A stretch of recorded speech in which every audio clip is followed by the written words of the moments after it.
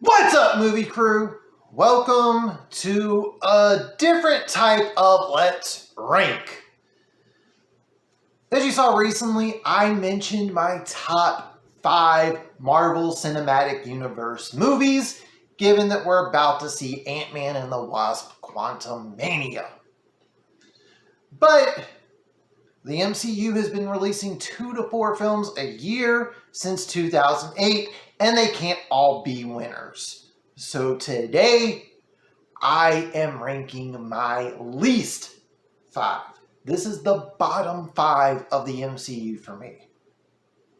But before I get started, if you are new to this channel, my name is Luke, this is Let's Watch a Movie, and if you're anything cinema and physical media related, you've come to the right place, so hit that subscribe button. And if you did not watch the most recent one, I am almost at 1,000 subscribers. At 1,000 subscribers, I will be doing a 5 Steelbook giveaway. Alright, let's get started with the top 5. I did do an honorable mention, so I'm going to be starting this one off with a dishonorable mention of sorts. So let's get started. Alright, this is definitely going to be a hot take, but one of my dishonorable mentions is Captain America: The First Avenger. Alright, let me clarify before I start hearing crap in the comments. This is not a bad movie. As a matter of fact, it is a well-made movie. I am not going to knock that. The problems with this movie for me are it feels very meh. It's not a bad movie, it's there. It exists. And you can tell that some of the characters, or some of the actors and actresses, are still trying to work their chemistry with one another. It really feels like, at least for me, Chris Evans and Sebastian Stan have great on-screen chemistry in here as Steve and Bucky. That definitely you see more of in future movies. But it takes a while for everyone else to kind of find their groove. And also, this movie, for me at least, doesn't stand out. And it doesn't feel like it can stand on its own 2 legs like other MCU movies. It's kind of almost feels like this was an obligatory thing. Like, well, we have Captain America, and he got started being, the World War II propaganda comic, so that's what we're going to do with this one. It almost felt like they were kind of had their hands tied in making this one, and maybe not making it the way they wanted to. I could be completely wrong, but for me, this one just sticks out like a sore thumb. It's not bad, not great, but I definitely understand why a lot of people love it, and I also understand why a lot of people hate it.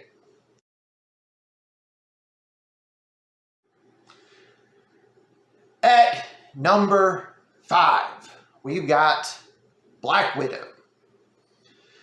Alright, I'm like everyone else. Scarlett Johansson should have gotten a Black Widow movie while she was still regularly playing the character, not after her character gets killed off. And this was a very weird way to start Phase 4, with a character that we knew was not coming back. And a lot of the choices made in this movie still don't make sense. The villain of the movie was very generic. We already knew what was going to happen, and not even in an exciting way, like, oh, well, here's what was going on before Black Widow did this. Nothing about this movie felt like it could stick out. Florence Pugh and David Harbour did their things, and I'm very much looking forward to seeing what they do in Thunderbolts. But other than that, this movie was not great, and it was not a good way to start off your post-Infinity Saga era. I don't know what else I could really say about this one, but Scarlett Johansson deserved a lot better than what she got with this movie. So for me, because of that, this is a bottom 5, bottom tier movie for me.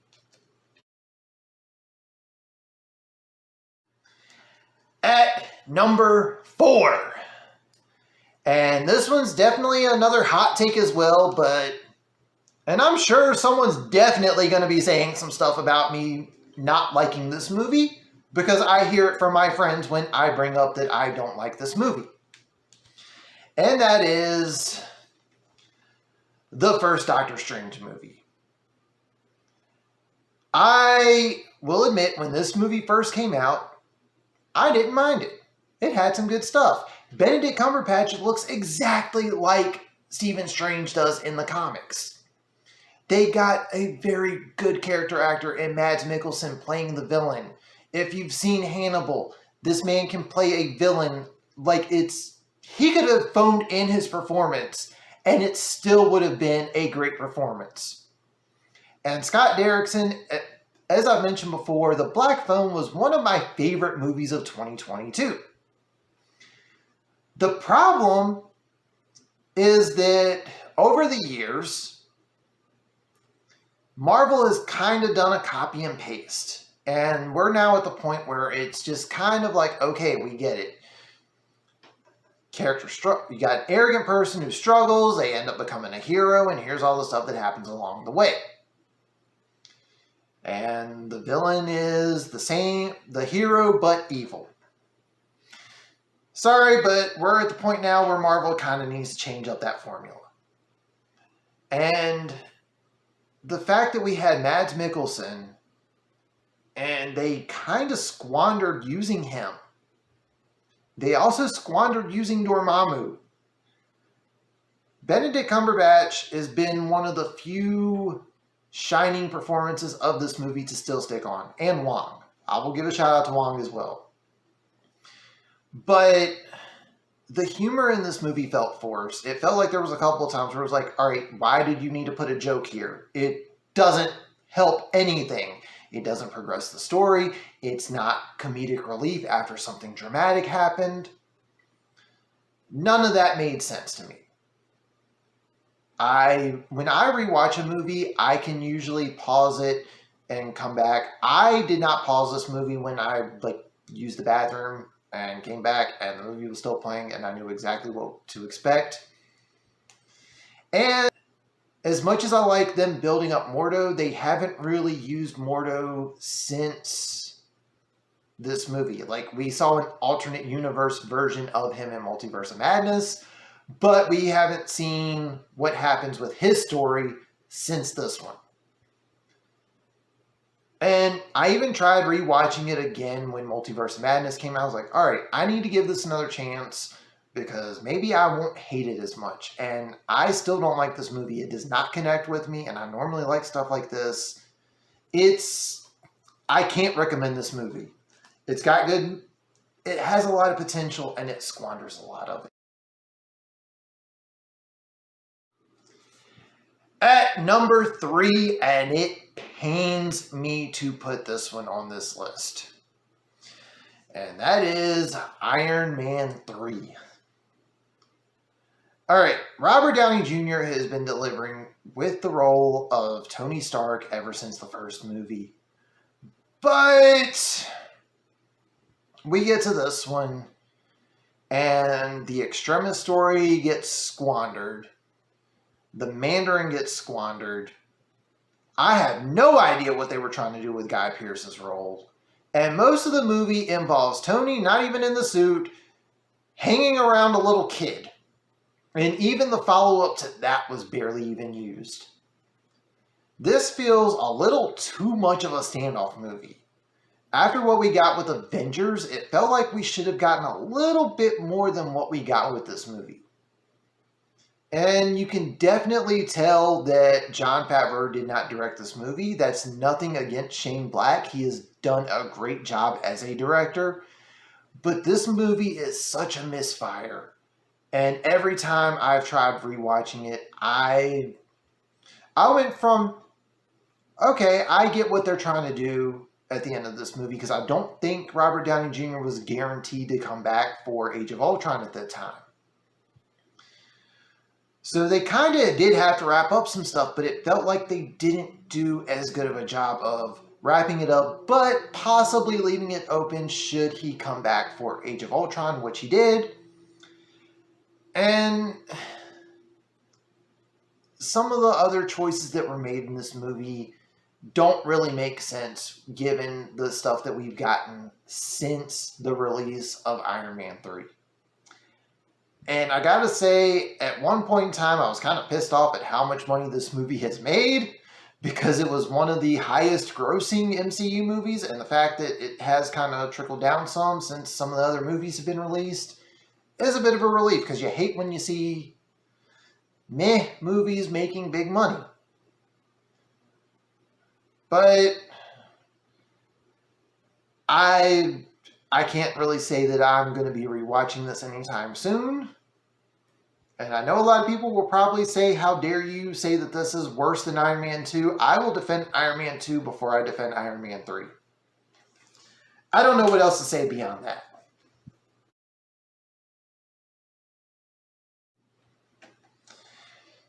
At number 2.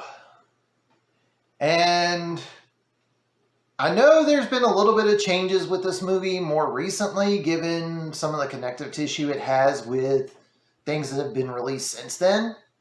I still stand behind my thoughts on this one, and that is Avengers Age of Ultron. So the first Avengers movie I loved. Like, if I were to, it's still in the top 10 for me as far as my favorite MCU movies go. Reason you didn't see it in the last one is because I did a top 5. There's a lot of movies to cover here, okay? Simple as that. But this one, you have James Spader doing the voice of Ultron. Ultron is a huge threat to the Avengers in the comics. And it felt like they squandered using him.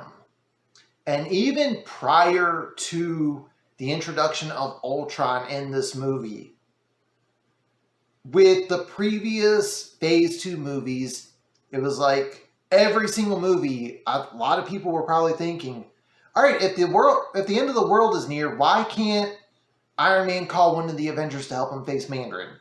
Why isn't Thor getting someone else to help him dealing with Malekith and the Ether?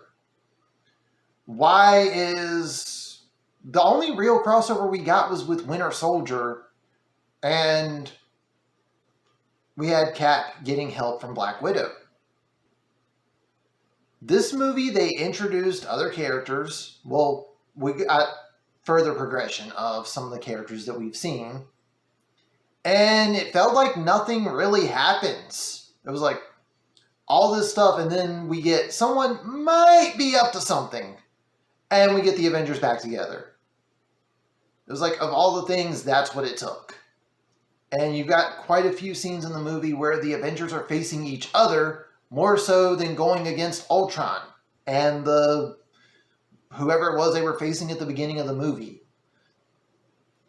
And then you've also got them trying to build up with issues that Tony's had since Iron Man 3, or the issues that Thor has had since The Dark World. And the payoff is sort of there in future movies, but this one was supposed to be the wrap-up of Phase 2, and it felt more like a glorified commercial. Like, hey, look what we got coming up with Ragnarok. Look what we've got coming up with Quicksilver and Scarlet Witch. Look what we've got coming up with Incredible Hulk. Look what we've got coming up with this. Like, it didn't feel like it paid off anything. It was like, oh, The Avengers was one of the highest grossing movies of all time, so we got to make a sequel. That's what it felt more like. Infinity War and Endgame did a much better job than this movie did, to the point where this movie feels like the bastard child of the Avengers franchise within those 4 movies.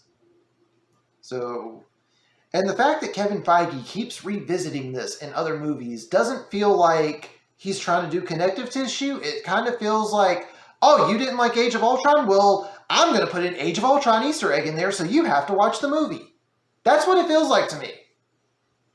And because of that, it makes me hate the movie even more than I do.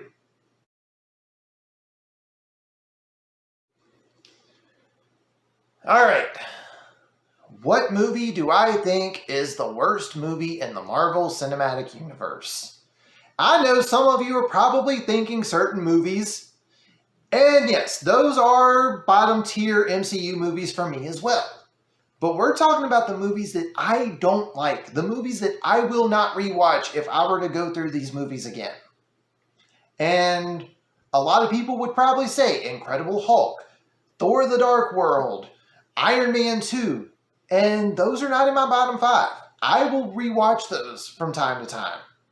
And all 3 of those movies have events that happen that make sense for their movie as well as other Avengers movies.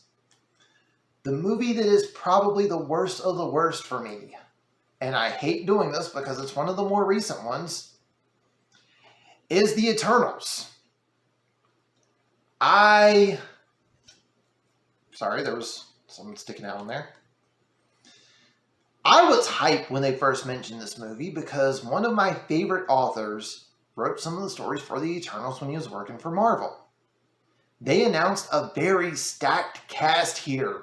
You've got people well-known, unknown, up-and-comers. You've got diversity here where it makes sense in every sense of the word. And it doesn't really completely fit in with what's going on in the Infinity Saga because that's how it is in the comics. Then the reviews start coming in. And the reviews were bad enough, and the movie being the runtime that it is, made me not want to see the movie in theaters, and I ended up not seeing the movie in theaters. I bought it the week it came out, and because of all the negative reviews I heard, I didn't even try to buy the Steelbook. Like, I could still go to Best Buy right now and pick up an Eternal Steelbook because no one picked it up. But the reason this is the worst of the worst for me, as much as I complain about movie runtimes, I will still sit through a 3-hour movie if I'm watching a 3-hour movie. If something is longer, I will still sit through it. I've only watched this movie once, and I had to watch it in 2 sittings because the movie was just so slowly paced. The characters were very unlikable. It was to the point where I almost did not want to finish the movie. Even now, I do not want a sequel to this movie. Even though there were some standout performances, I don't know if I'm pretty sure if I see one of the Eternals in a future like Phase 5 movie or one of the TV shows, I'm probably going to go, ugh, the second I see them on screen. At least with some of the other bottom tier Marvel movies, I can go back and rewatch them. I only own this movie because it is part of the MCU.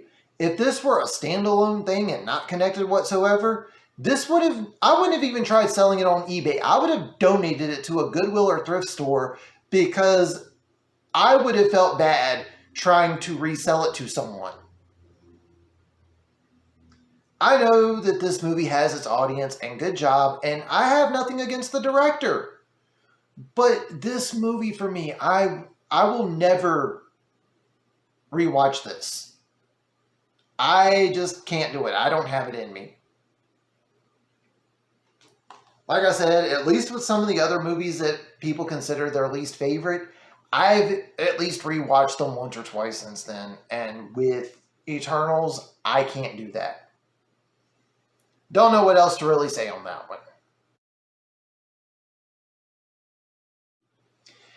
And that is my bottom 5 MCU movies. And I'm aware I've got a lot of hot takes here, so go on ahead, let me have it in the comments. I'm already expecting it with this one. And as always, if you are new to this channel, hit that subscribe button. Again, 1,000 subscribers, 5 Steelbook giveaway. You like what you see? Leave a thumbs up. Comment down below. What are your least 5 favorite MCU movies? And yes, I am definitely expecting some people to say some crap to me for putting Doctor Strange, Black Widow, and Eternals in my bottom 5. I already know that. Go on ahead, let's talk about it. But that's going to do it for this one. Thank you all for watching and tune in next time.